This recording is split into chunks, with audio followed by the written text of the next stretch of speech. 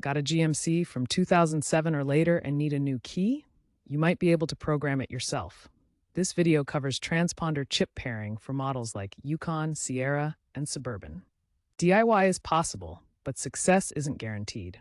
Affordable OBD2 scanners and apps are making it easier, especially for older models. But GMC's security systems, like Passkey 3 Plus, can be tricky.